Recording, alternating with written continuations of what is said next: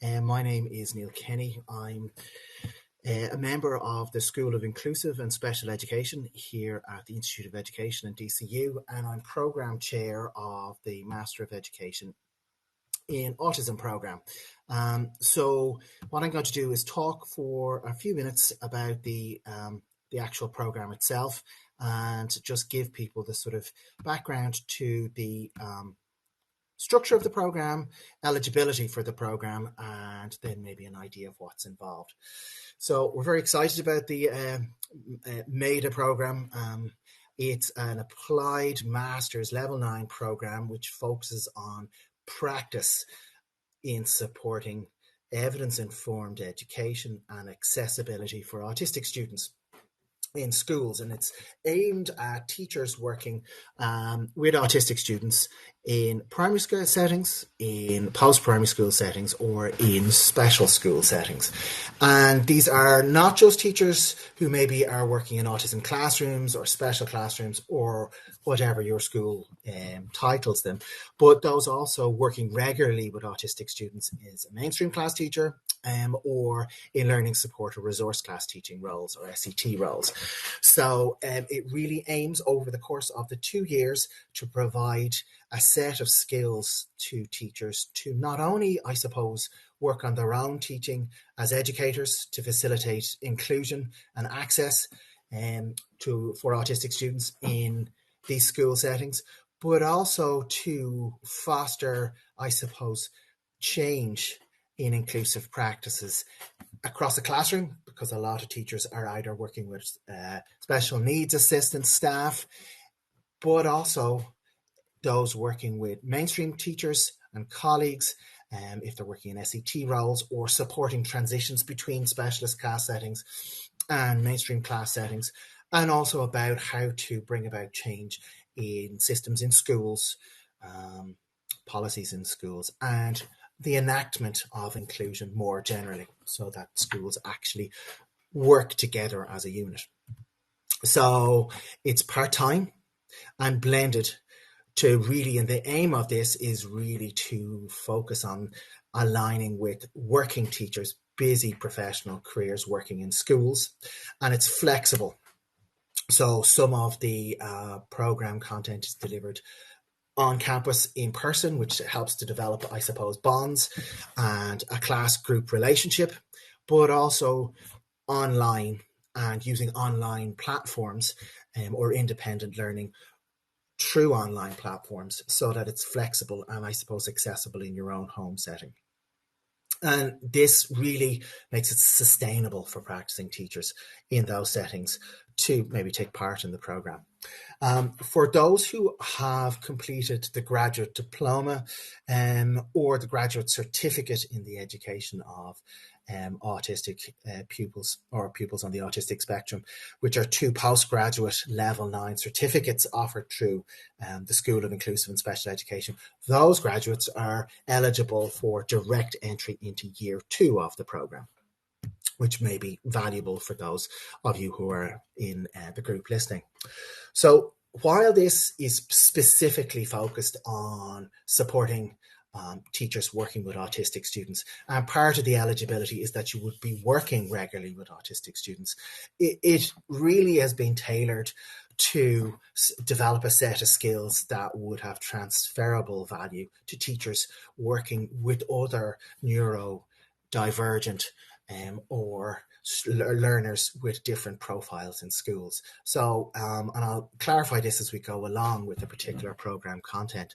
So what you can see in front of you is the linked overlap between the different diagnosed neurodevelopmental difference conditions. So specific learning disabilities such as dyspraxia, dyslexia, or dyscalculia, for example, would have overlap with some aspects of autism, as would things like ADHD or heightened levels of anxiety, which co-occur with autism. So really you're looking about being able to differentiate, learn to differentiate curriculum, develop individualized profiles so that you'd be able to get to know the young person you're working with, and design, plan, and teach appropriate education.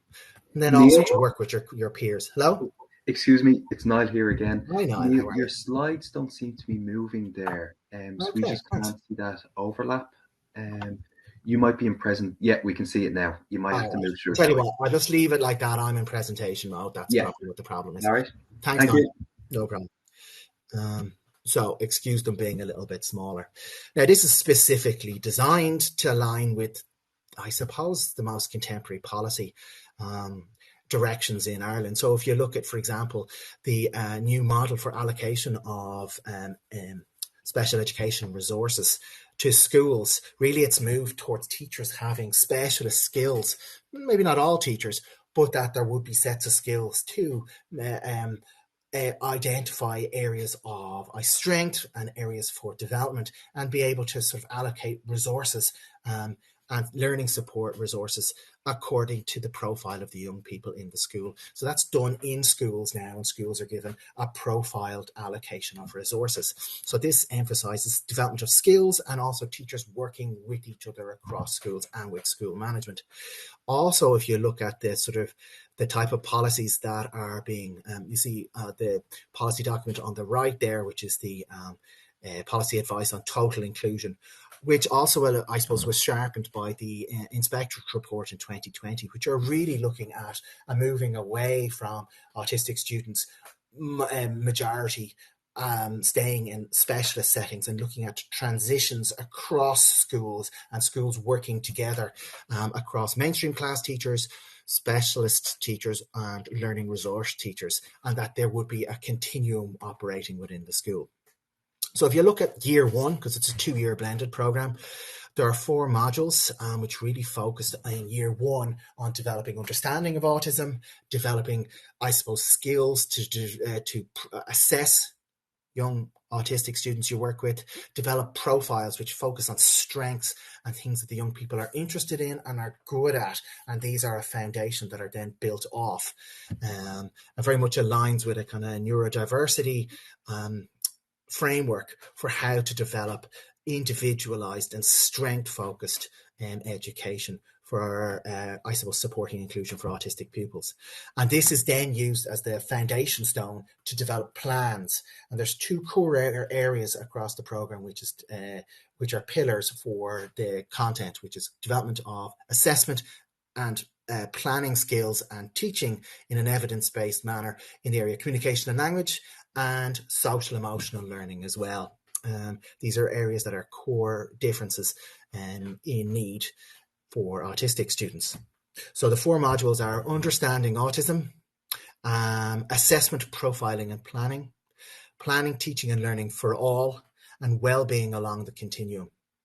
And these are assessed across the first year with the development, first of all, of the assessment, profiling and planning assignment in the autumn semester.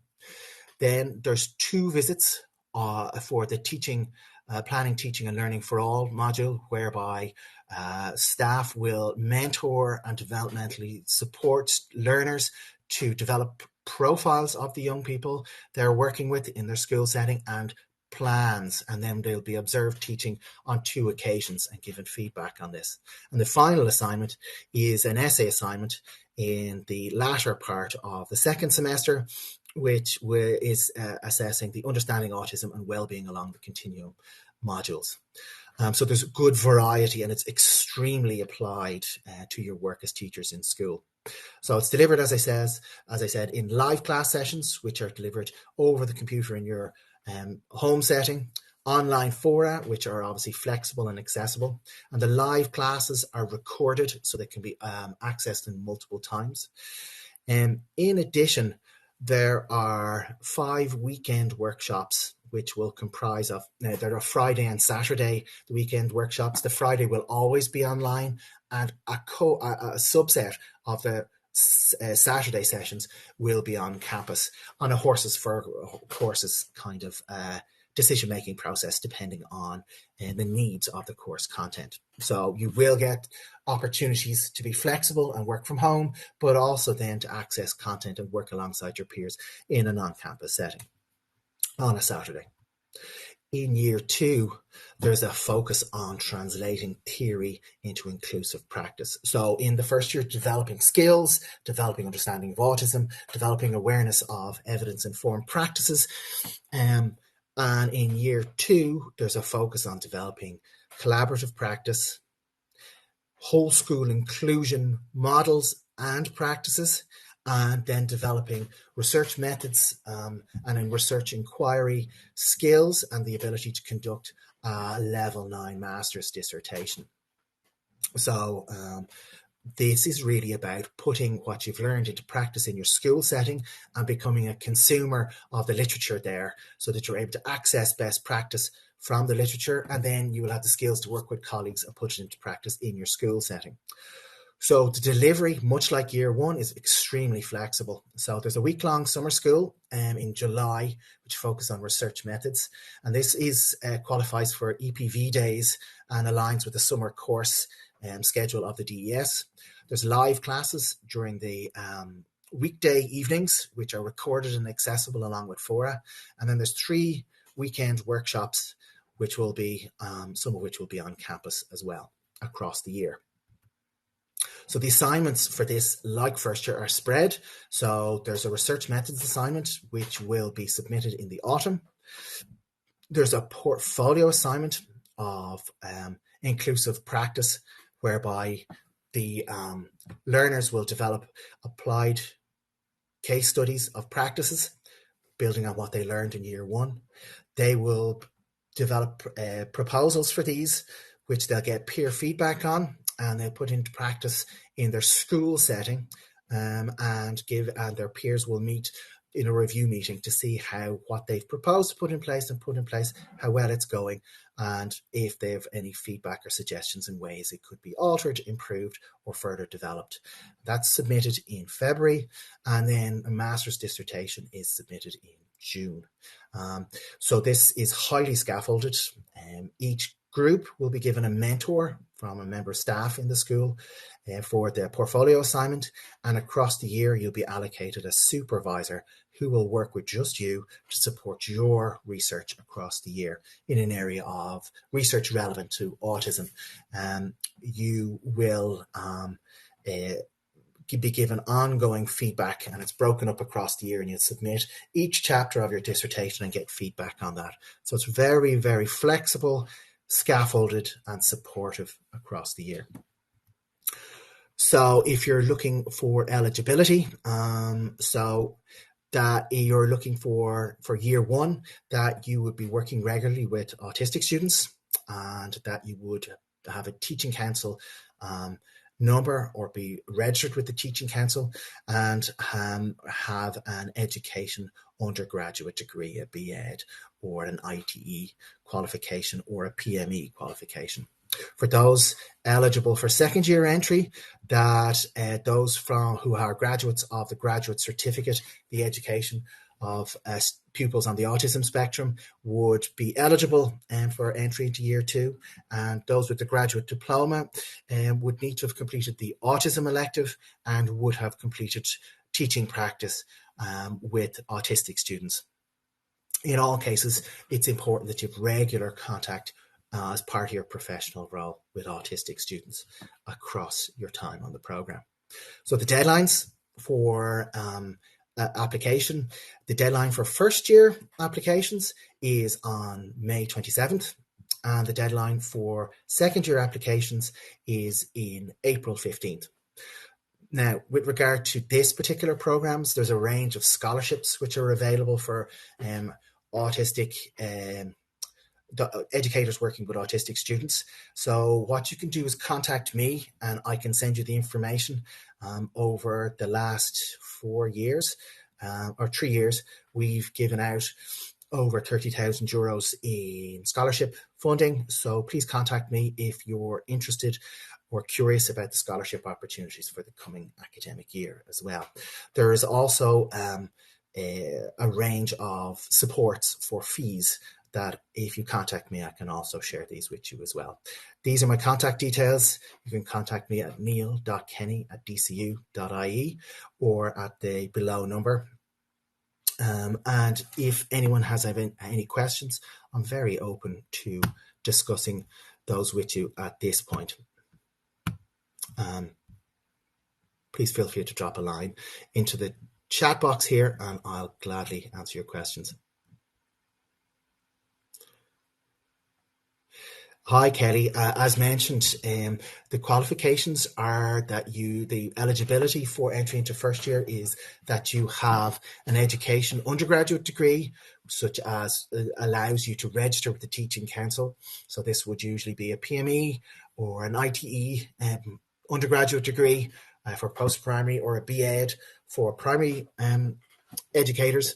And the second requirement for entry into first year is that you work regularly with autistic students. And really the importance of this is that you can see the course is extremely applied. It's about giving you the skills you need to develop your confidence and support inclusion for autistic students, and how to develop appropriate plans to plan your teaching with autistic students. So it's highly applied. So to do these assignments, you need to be working regularly and know the autistic students you work with well enough to be able to complete the assignment. I hope that answers your question, Kelly. Has anyone else got any questions?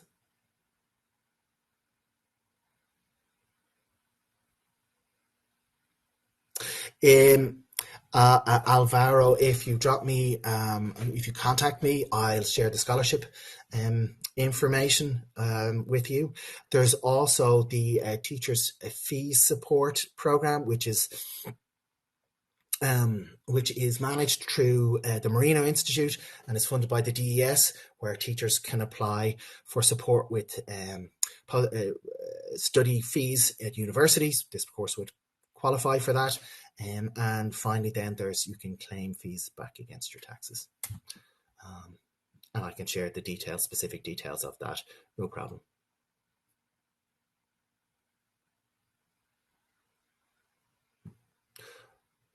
Okay. I hope that was of help to anybody. I'm going to hand over because my colleague, I'm sure, will follow me on from this. Please feel free to email me if you have any questions at neil.kenny@dcu.ie.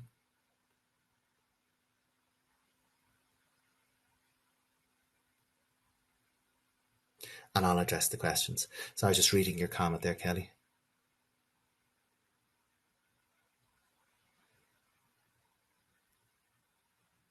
It isn't, Kelly, a replacement for, you can't leapfrog the Teaching Council requirements. So really, if you're looking to focus on developing or taking on a teaching role, you'd really need to consult the Teaching Council requirements for qualifying as a teacher. So this would be focused on those who are already qualified as teachers and working in schools, as opposed to a replacement, for example, for the PME.